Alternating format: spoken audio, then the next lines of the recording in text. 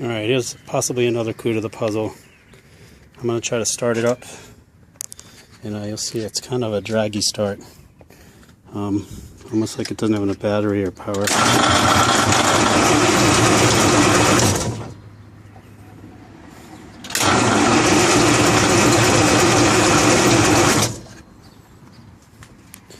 So, I don't know if that helps or not. It was just running. I just turned it down. Do it one more time.